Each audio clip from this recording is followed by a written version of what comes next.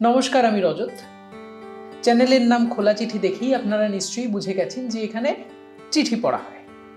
আজকে ইন্টারনেটের যুগে দাঁড়িয়ে চিঠি কেন, সে নিয়ে না হয় পরে কখনো কথা হবে, কিন্তু আজ আমি রবীন্দ্রনাথ ঠাকুরের লেখা, মৃণালিনী দেবীকে রবীন্দ্রনাথ ঠাকুরের লেখা একটা চিঠি এই চ্যানেলে পড়ছি। শুনবেন, কেমন লাগলো কমেন্ট বক্সে কমেন্ট করে জানাবেন, আর চ্যানেলটাকে সাবস্ক্রাইব করতে একদম ভুলবেন না। ভাই ছোট বউ, আজ আমরা এডেন বলে এক জায়গায় পৌঁছাবো।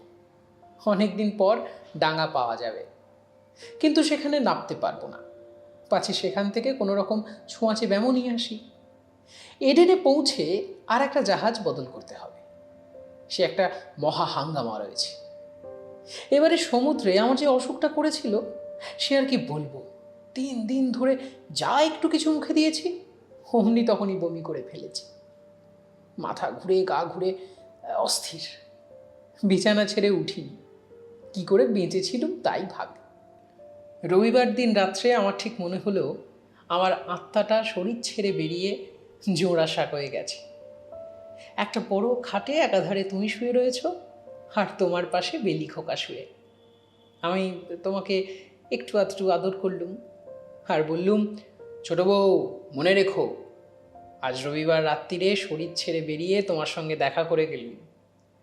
বিলেত থেকে ফিরে গিয়ে জিজ্ঞাসা করব তুমি আমাকে দেখতে পেয়েছিলে কিনা। তারপরে বেলি খোকাকে হাম দিয়ে ফিরে চলে এলো।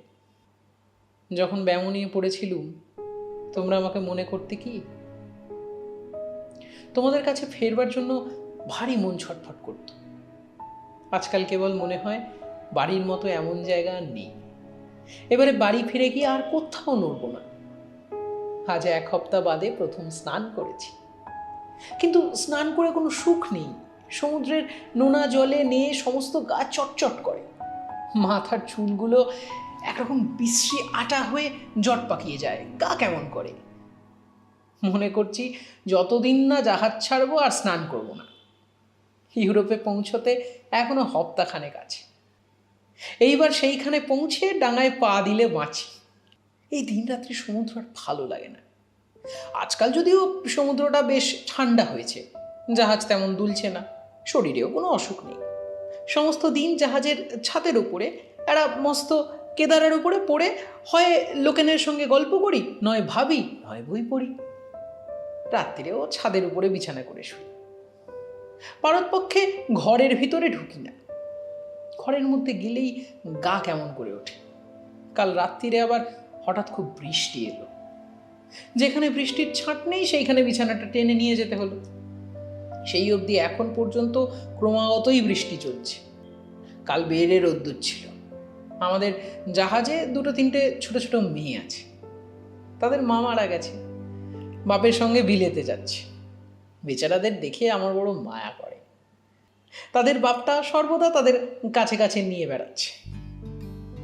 ভালো করে কাপড় চোপড় পরাতে পারে না, জানে না কিরকম করে কি করতে হয়। তারা বৃষ্টিতে বেড়াচ্ছে, বাপ এসে বারণ করলে তারা বললে, আমাদের বৃষ্টিতে বেড়াতে বেশ লাগে। বাপটা একটু হাসে, বেশ আমোদে খেলা করছে দেখে বারণ করতে বোধহয় মন সরে না। তাদের দেখে আমার নিজের বাচ্চাদের মনে পড়ে।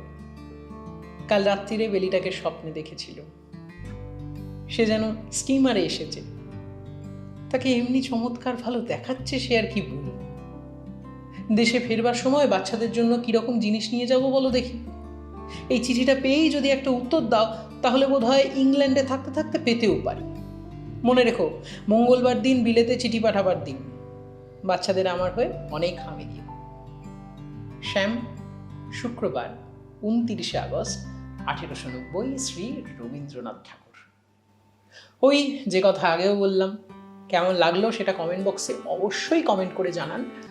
আর যদি আপনাকে কেউ এমন চিঠি পাঠিয়ে থাকে যেটা কোনো এক সময় ব্যক্তিগত ছিল, এখন মনে হয় আপনার যে আরও অনেক মানুষের কাছে পৌঁছে গেলে ভালো হতো, বা আপনি কাউকে কোনো চিঠি পাঠিয়েছেন যেটা আপনি চান আরও অনেক মানুষ শুনুক, আর এমন কোনো চিঠি থাকলো যেটা ধরুন আপনি পাঠাতে পারেননি, আপনি চান আমি সেটা পাঠ করি, বা আমাদের ভ্রমণ স্বপ্নের দেশের অন্য কেউ সেটা পাঠ করে, তাহলে অবশ্যই কমেন্ট বক্সে জানান।